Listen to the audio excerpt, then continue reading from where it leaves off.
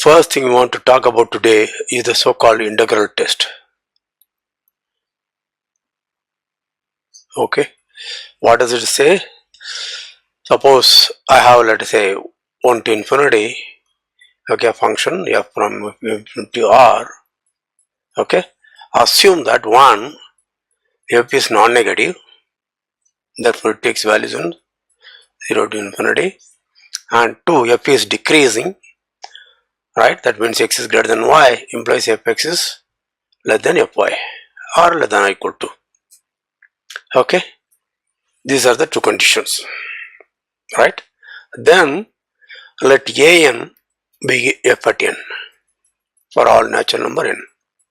Now I have two things: infinite series summation n greater than or equal to 1, and I also have this thing which is 1 to n f of t dt. Okay, this is the limit over n.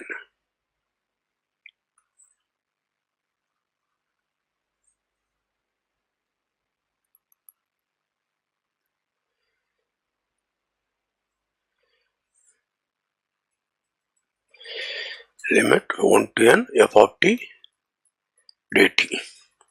So if it exists, one usually denotes by 1 to infinity f of t dt. Okay, this object is defined by this. This is what is called improper integral. Okay, anyway. So what the theorem wants to say is that, okay, this converges if and only if limit n of 1 to n f of t dt converges.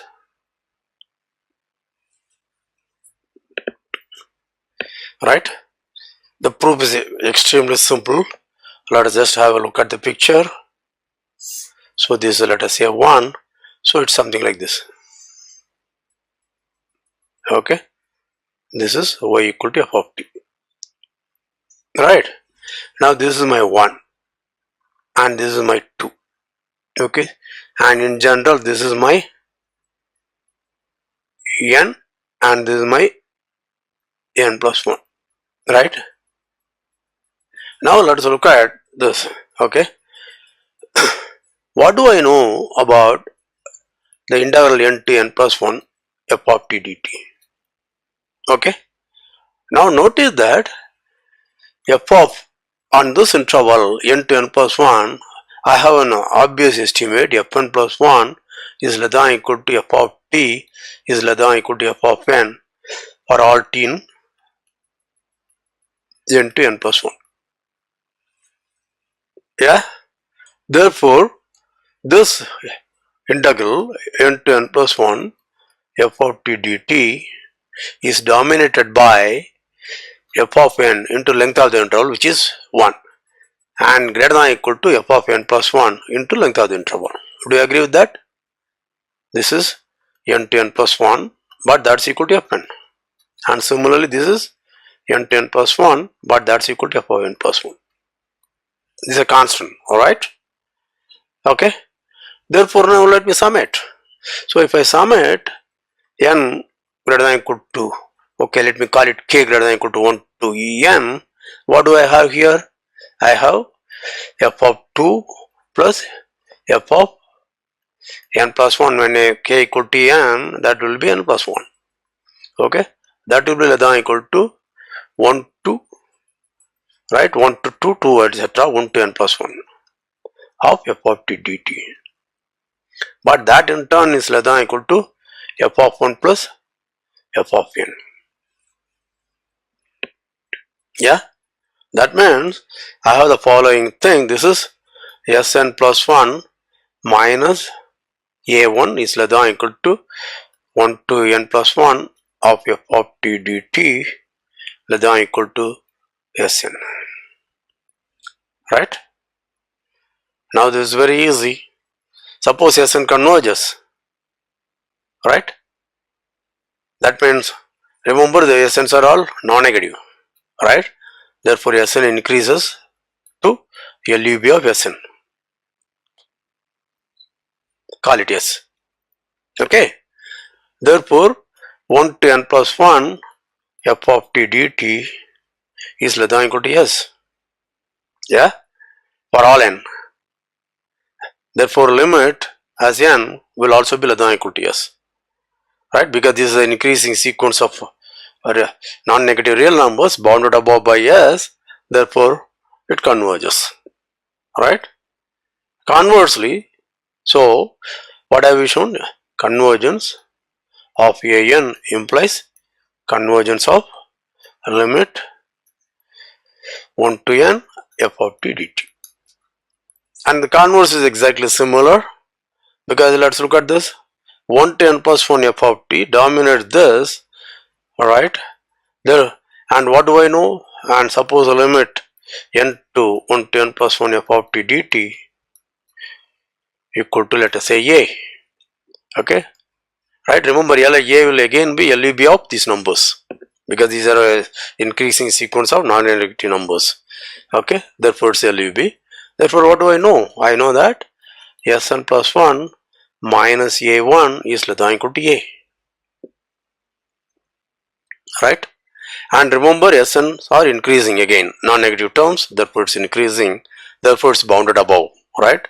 Sn plus 1 is bounded above by a plus a1 for all n, and hence limit Sn exists. Okay, so what have we shown? So we have shown that, okay, if f of n equal to an, fn decreases and f is greater than or equal to 0, then summation fn converges if and only if 1 to n f of t dt, this converges. Okay, this is same as saying the improper integral 1 to infinity f of t exists. This convergence and the limit is called denoted by 1 to infinity. Okay, right, pause, review, proceed.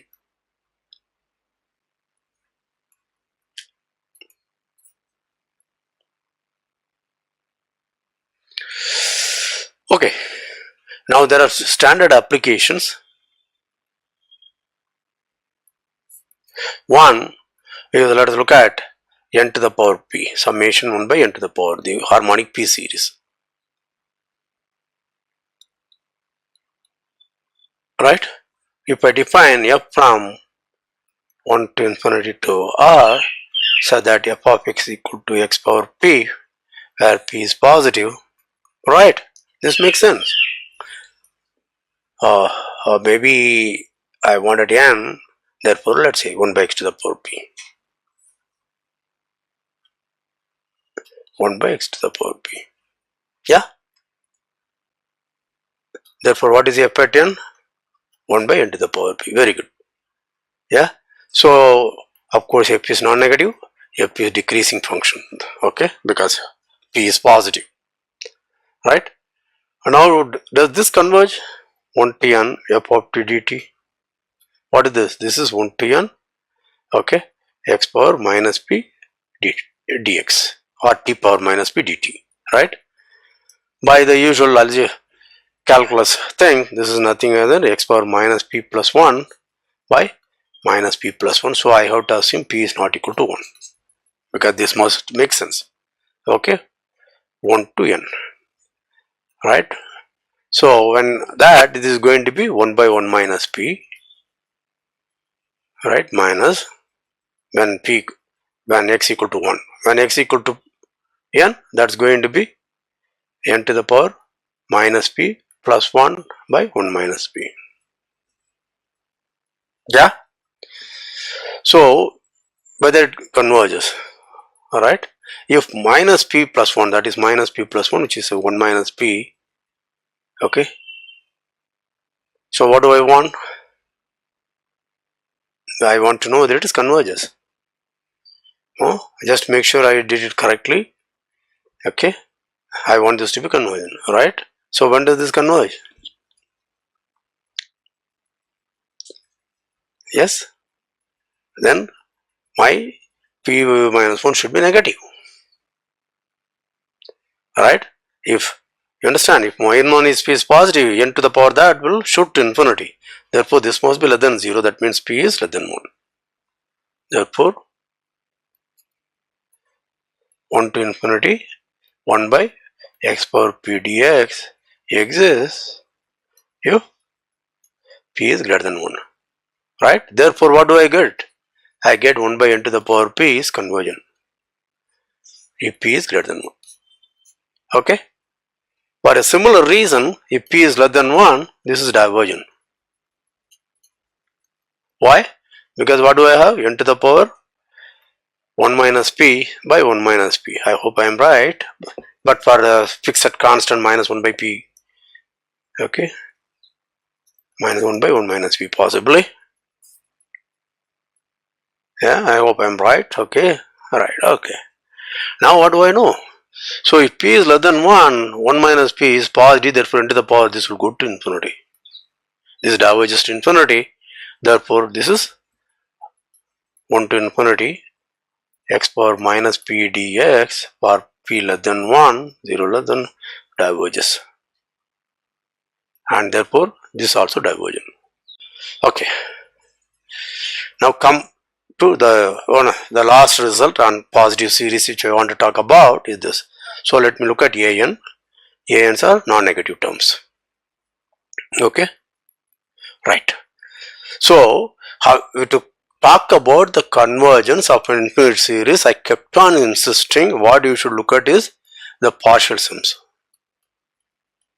because the way we define the sum of an infinite series convergence is by sequentially ordering a1 up to an, I get Sn. Therefore, I get Sn plus 1, I get Sn plus 2. Therefore, limit, okay, if the sequence of Sn as n goes, okay, whether it exists, then I call it the limit. That means essentially I am sequentially ordering the number. That is what intuition says.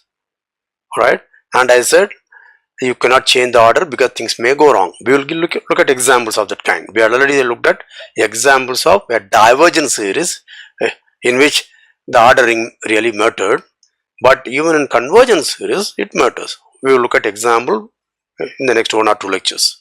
But notice that, okay. Now what I am going to do is something very interesting. If I am dealing with an infinite series and non-negative terms, okay, I can kind of sum them up in any fashion. What does it mean? So let f be a finite subset of n. Yeah, hereafter f will also stand for finite subset. Right? Let me look at SF to be summation a n where n is in f.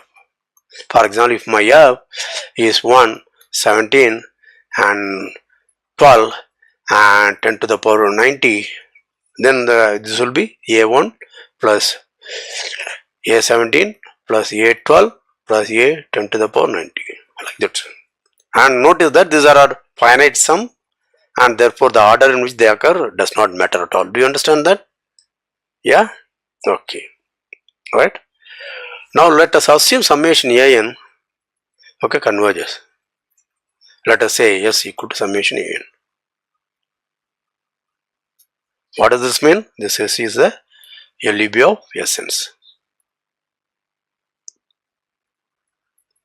Alright? Okay. Now for any f, a finite subset of n, remember whenever I said f is finite, okay, I will not repeat, remember that. What is the relation between SF and S?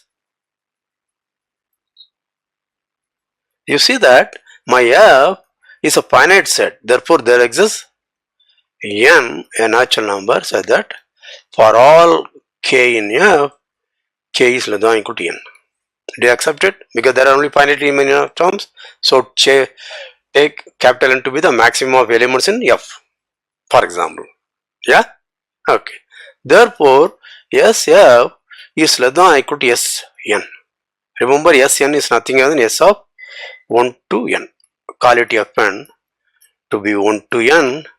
Then this is Sn is nothing other than S of Fn. Do you agree? Accept it? Because these are all non-negative terms, therefore this is. Do you follow that? But this Sn is less than or equal to S because S is the LEB of Sn, right? Or partial sums, right? Therefore, what do I have got?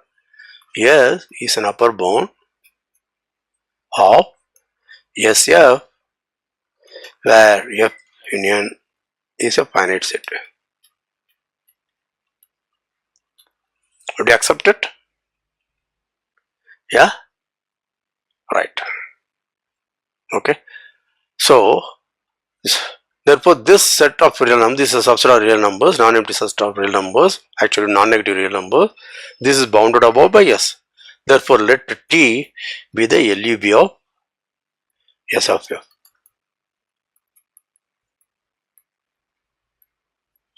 Right? So what is the relation between T and S then?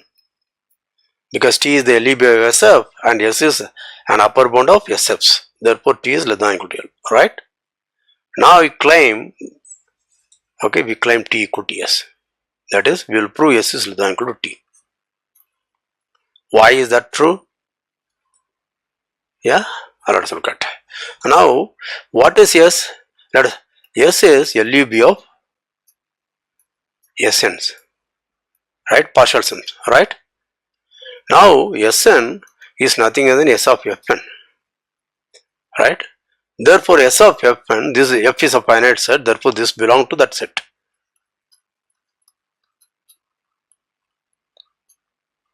Right? This number belongs to that set.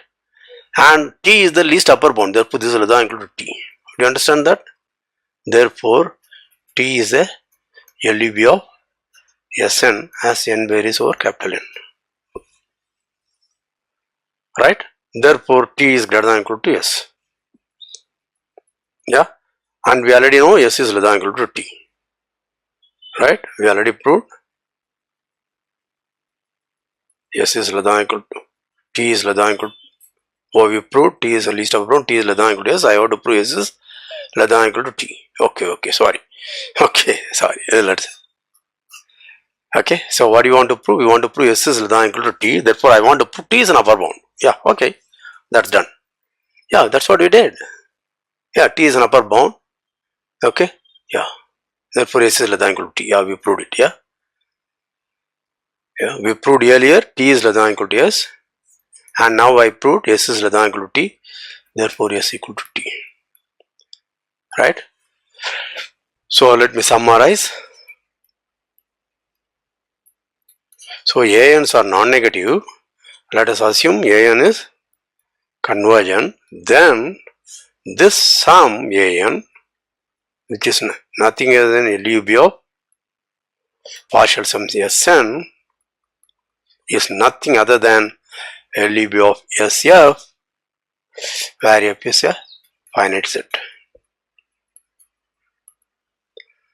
So now notice that SF is completely unordered. It's just a finite set. As I wrote, there need not be any order. Okay, and it need not be any sequence also. Right? F may not be something like starting from 1 to n or nothing of that kind. Okay, so this is some kind of unordered sums. In spite of that, okay, I get the sum. Okay, learn this well, because when you go to learn Lebesgue measure theory, abstract measure theory, integration, and the corresponding integration, okay, this is what is needed. This approach to integral is what is needed. Okay, so please pay attention. This is usually not in the class, okay, in the typical course, but learn it well. Okay, now I think that's enough. Is there anything else I would like to say about that? I think I can keep on saying, but that's more enough. Okay, learn this well. The other things you can figure out by yourself. Okay, now let AN be a sequence of real numbers. Okay, not necessarily non-negative. It could be, or it could even be a sequence in C. Right? So let AN be the associated infinite series.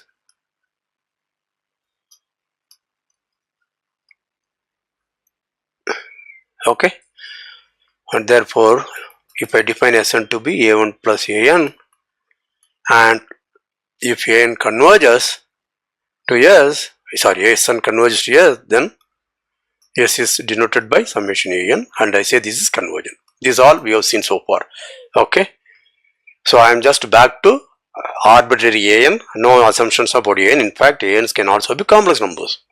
If you are not very comfortable with complex numbers, ignore. It could be any real number, so positive, negative, 0, nothing. Okay, good. So I say the infinite series An is absolutely convergent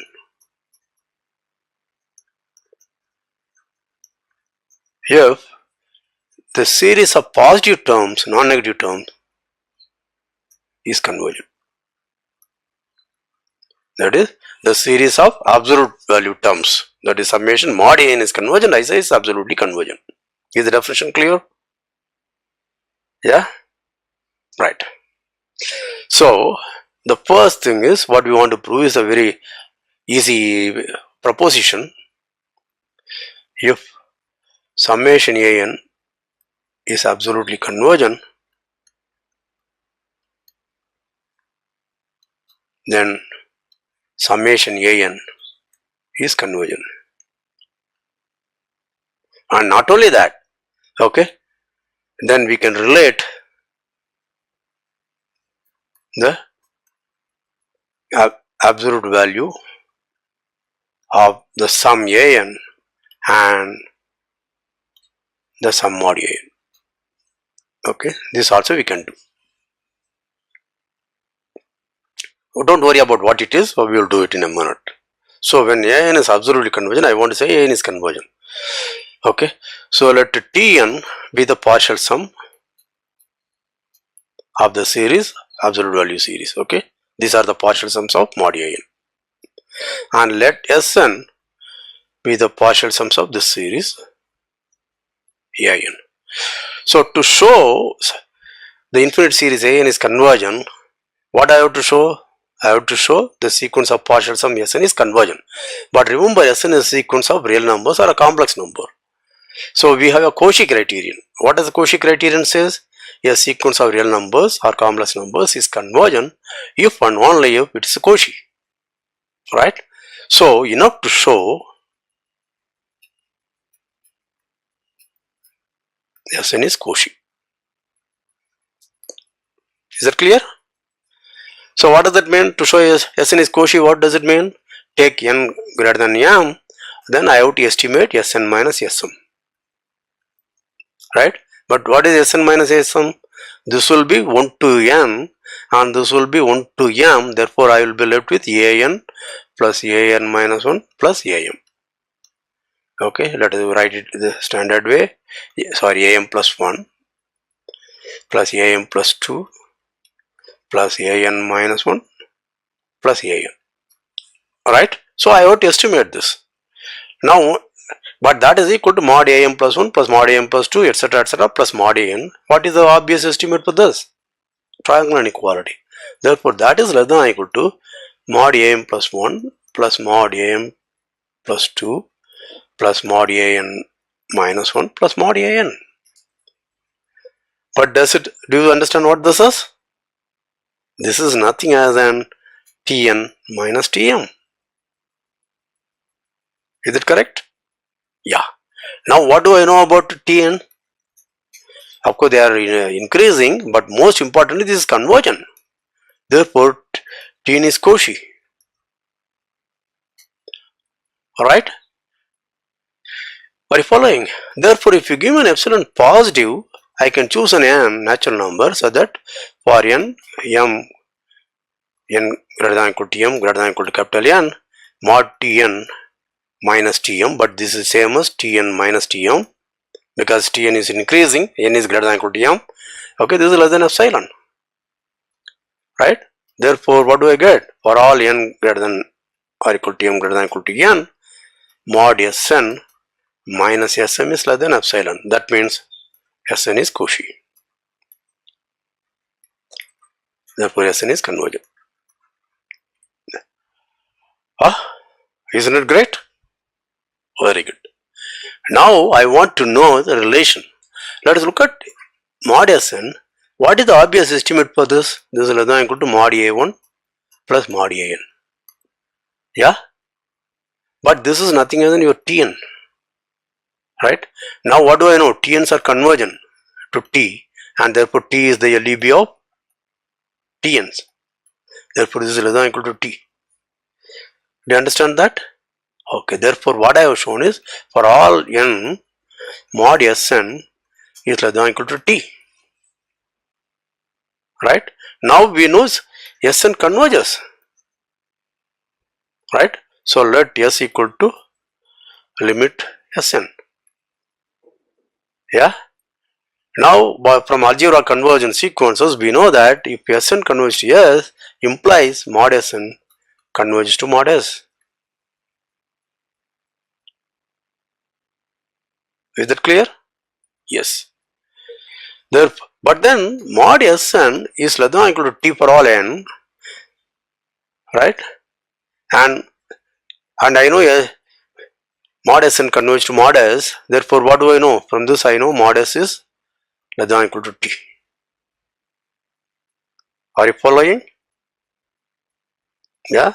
This says Sn lies in the interval minus T2 plus T. This is a closed and bounded interval. Therefore, Sn converges to S. Therefore, S will also lies in this interval. Therefore, mod S will be less than or equal to T. Right? But what is mod S? Mod S by definition is same as saying modulus of An. Okay? That's less than or equal to T, but T is same as mod An. Yeah? So, as a mnemonic, you can think of this as a triangle inequality for infinite sum.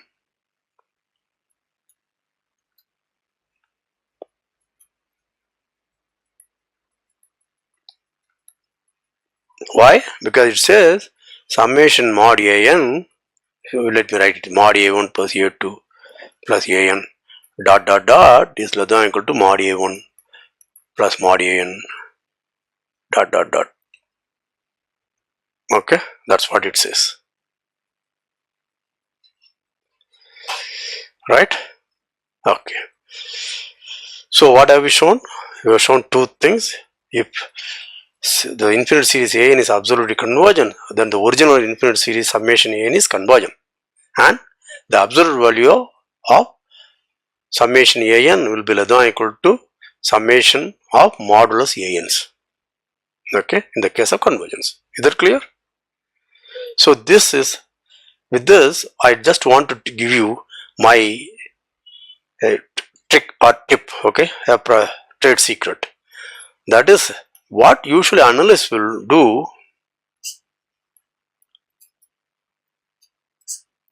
Okay, if you give me a series An, if I want to look at convergence, the first and the foremost trick I will use will be, I would like to check whether mod An is convergent.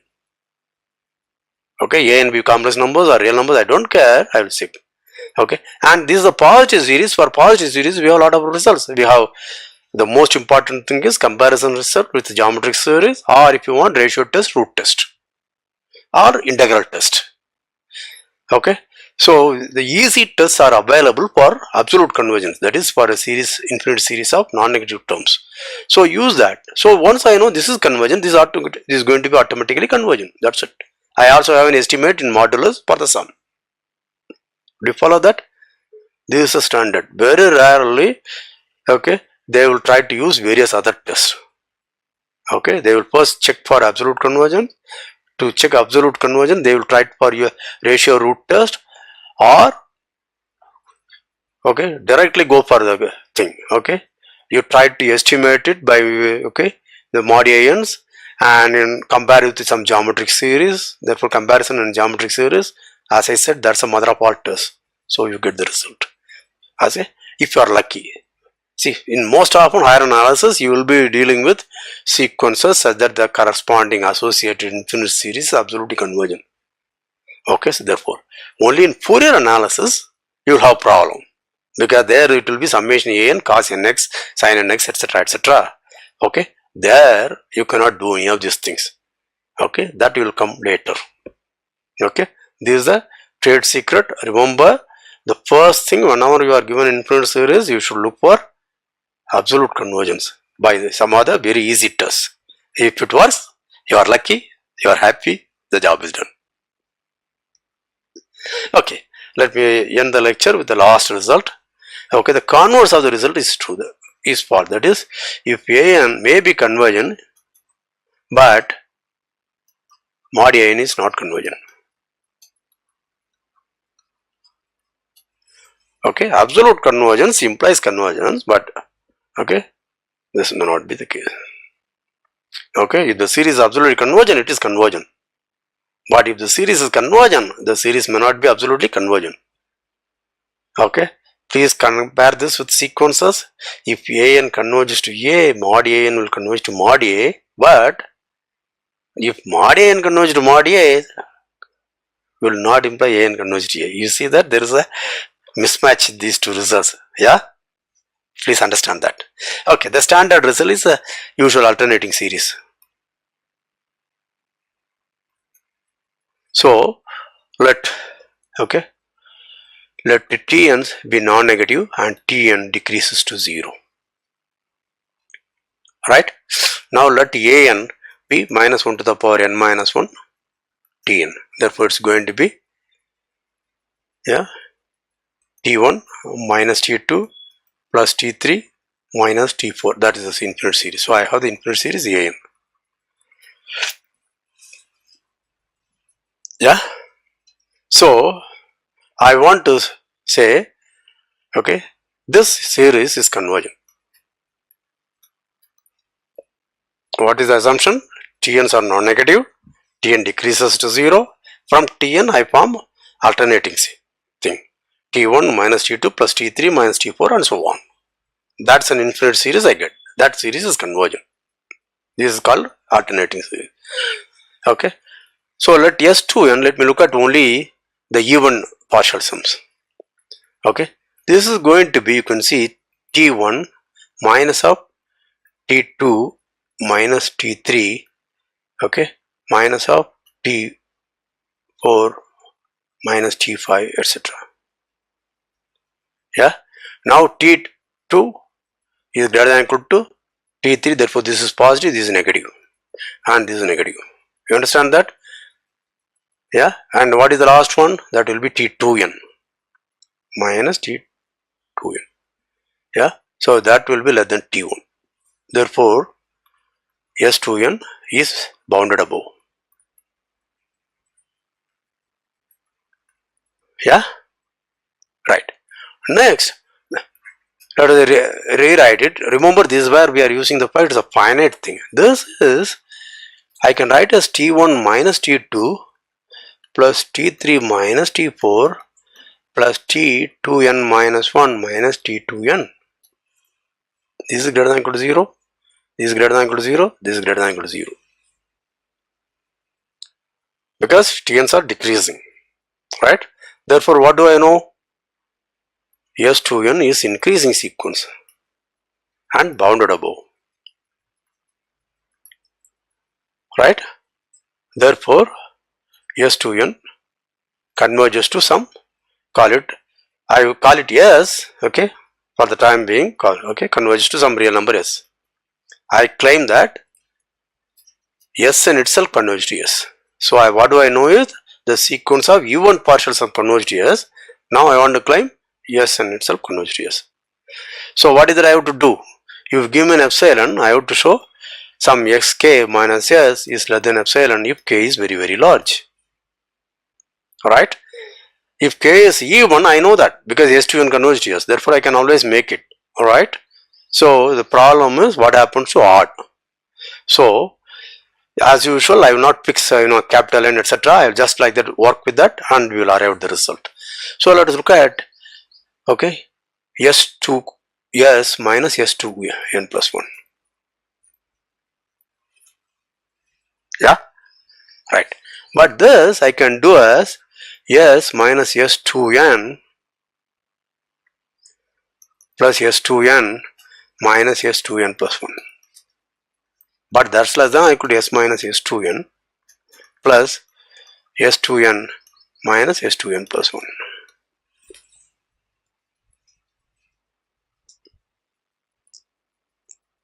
Yeah. Okay. I hope I am, is there any smarter way of doing? S minus S2n, S2n, I think this should be enough. Okay, right, that's fine. Yeah, now what do I know about this? This fellow, remember what do I know about S? Tn converge to 0. That means Sn also, okay, the Ans converge to 0 because Ans are minus 1 to the power n minus 1 Tn. Okay, remember An converges to 0 if only mod An converges to 0, but mod An is nothing other than Tn. Right? Is that okay? Therefore, what do I know? I know that there is an n, okay, so that for all n greater than or equal to n, capital N, this term, sorry, this is not S2n, yeah, let me write, S minus S2n plus 1 is S minus S2n, yeah, what is S2n plus 1? Okay, remember S2n plus 1 will be S2n plus the last an, A2n plus 1. A2n plus 1 is what? That is minus 1 to the power 2n into Tn, which is T2n plus 1. Yeah, right? Therefore, this object I can write it as plus A2n plus 1. But that's less than I could S minus S2n plus mod A2n plus 1. Okay, but that is mod S minus S2n plus Tn, T2n plus 1. Yeah, now I am through. Why? Given epsilon positive, there is an n, so that S minus S2n, if n is greater than or equal to capital N, this will be less than epsilon by 2. And the same for the same n, since Tn converges to 0, okay, for n greater than or equal to n, Tn plus 1 modulus, which is same as Tn plus 1, 2 Tn plus 1, this is less than epsilon by 2. Therefore, the whole thing is less than epsilon. Yeah, so I have proved, okay, the alternating series summation minus 1 to the power n minus 1 Tn, when Tn's are positive, Tn are decreasing, is convergent. Right? So a special case is minus 1 to the power n minus 1 by n, where Tn is 1 by n. Now Tn's are positive, they converge to 0, therefore I know this is convergent. But what is the absolute value series?